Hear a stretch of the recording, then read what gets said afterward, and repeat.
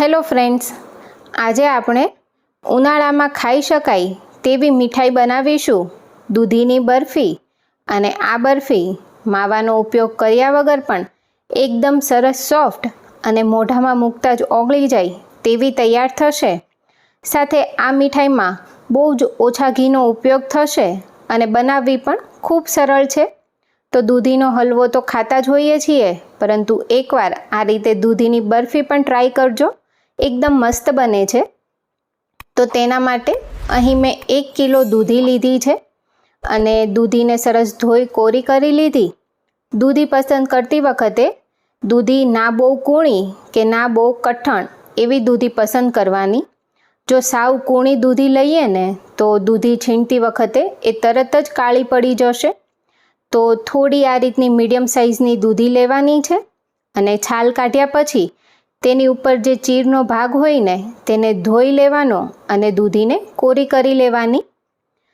એ પછી આ રીતે મોટા ટુકડા કરી લઈશું અને દૂધીમાંથી તેનો બિયાનો ભાગ દૂર કરી દઈશું.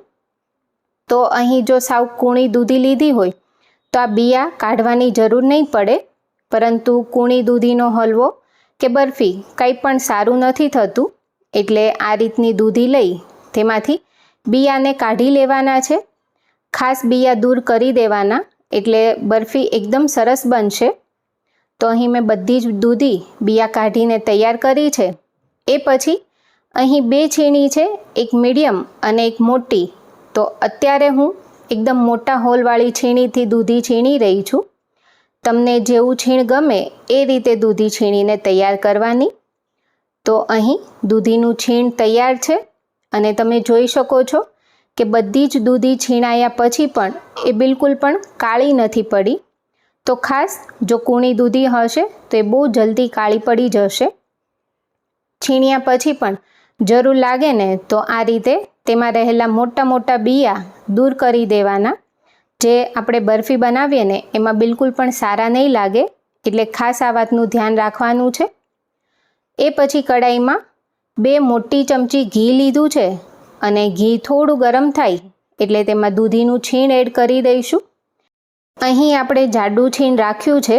જાડા છીણના લીધે જ્યારે બરફીમાં દૂધી ખાવામાં આવશે ને ત્યારે એનો ટેસ્ટ બહુ જ સરસ આવશે.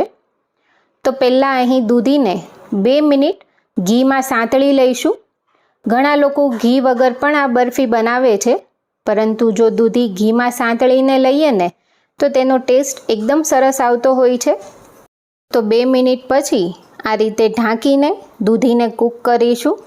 તો વચ્ચે વચ્ચે ઢાંકણ ખોલી આ રીતે થોડી દૂધીને મિક્સ કરી લેવાની, જેથી નીચેથી બેસી ના જાય. અને આ રીતે ઢાંકીને કૂક કરીએ ને એટલે દૂધી એકદમ ઝડપથી બફાઈ જશે. તો લગભગ 60થી 70% જેટલી દૂધીને આ રીતે ઢાંકીને કૂક કરી લઈશું.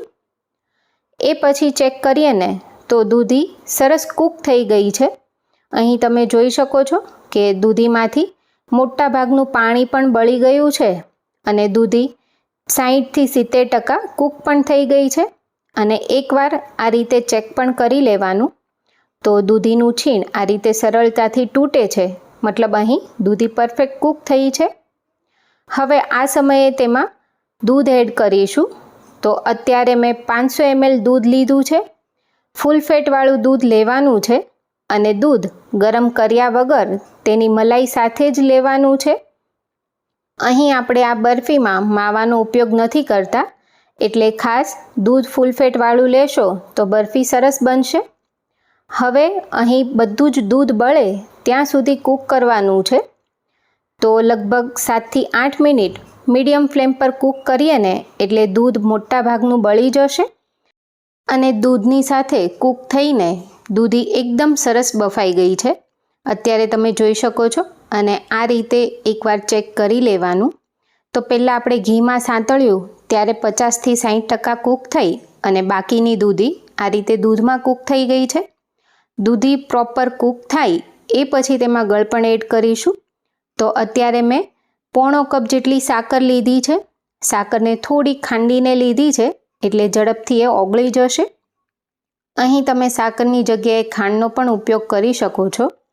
સાકર નાખ્યા પછી મિશ્રણ ફરી થોડું ઢીલું થશે તો હવે સાકર બધી સરસ ઓગળે ત્યાં સુધી તેને કૂક કરીશું અને હવે તેમાં નાખવા માટે મિલ્ક પાવડરનું એક મિશ્રણ બનાવીશું. તો એક સાઈડ આને કૂક થવા રાખીશું અને એક બાઉલમાં મેં 1 કપ મિલ્ક પાવડર લીધો છે. અહીં આપણે માવાનો ઉપયોગ નથી કરતા એટલે મિલ્ક પાવડરનું પ્રમાણ થોડું વધારે રાખવાનું છે અને મિલ્ક પાવડરમાં 1 મોટી ચમચી ઘી નાખીશું અને ઘીને પ્રોપર મિક્સ કરીશું. તો આવું કરવાથી જ્યારે પણ આપણે મિલ્ક પાવડર કોઈ પણ વસ્તુમાં નાખીએ ને તો એમાં ગાંઠો પડી જતી હોય છે. તો જો તમે ઘી સાથે મિલ્ક પાવડરને મિક્સ કરીને નાખો ને તો બિલકુલ પણ ગાંઠો નહીં પડે અને એકદમ મિલ્ક પાવડર સરસ મિક્સ થઈ જશે.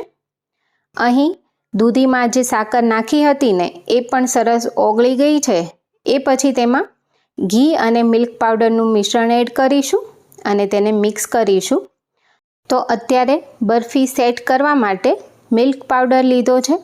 તમે અહીં અડધાથી પોણા કપ જેટલો માવો પણ યુઝ કરી શકો છો, પરંતુ માવો ઇઝીલી બધાના ઘરે અવેલેબલ ના હોય એટલે આપણે અત્યારે મિલ્ક પાવડરનો ઉપયોગ કર્યો છે. અને અહીં થોડી વાર જ મિક્સ કરશો ને એટલે એકદમ સરસ મિલ્ક પાવડર મિક્સ થઈ જશે. એ પછી તેમાં કલર માટે અત્યારે મેં ગ્રીન ફૂડ કલર લીધો છે. તો આ ડ્રાય કલરને મેં પાણીમાં ઓગાળી લીધો અને અત્યારે 5 ચમચી જેટલો કલર એડ કરીશું. કલર નાખવો ટોટલી ઓપ્શનલ છે, પરંતુ આનાથી એકદમ સરસ ગ્રીન કલરની બરફી તૈયાર થશે. જો તમે ઘરની ખાવા માટે જ બનાવતા હોય તો કલર નહીં નાખો તો પણ ચાલશે. બરફીનો ટેસ્ટ એકદમ સરસ જ બનવાનો છે. અત્યારે મને કલરનું પ્રમાણ થોડું ઓછું લાગે છે એટલે ફરી મેં 5 ચમચી જેટલો કલર એડ કર્યો છે અને હવે બધું મિક્સ કરતા જઈ કૂક કરીશું.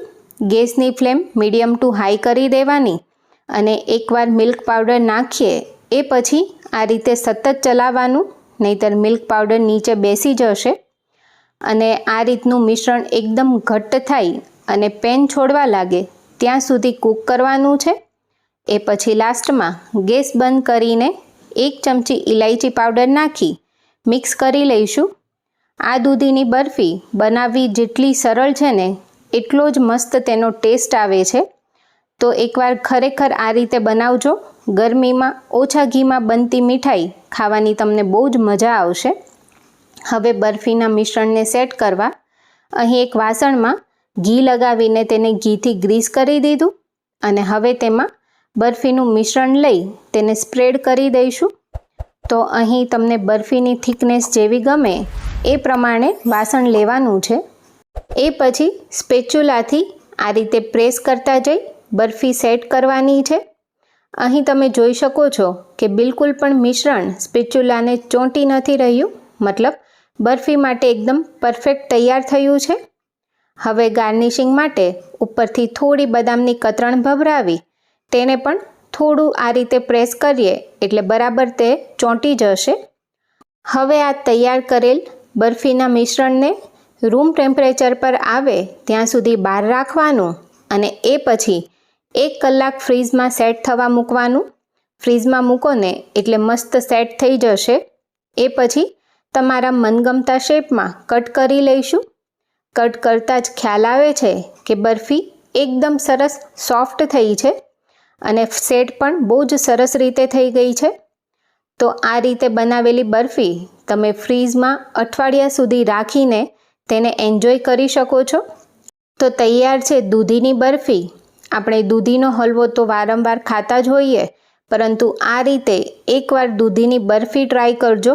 બહુ જ સરસ ટેસ્ટી બને છે. મોઢામાં મૂકતા જ ઓગળી જાય તેવી પોચી બની છે.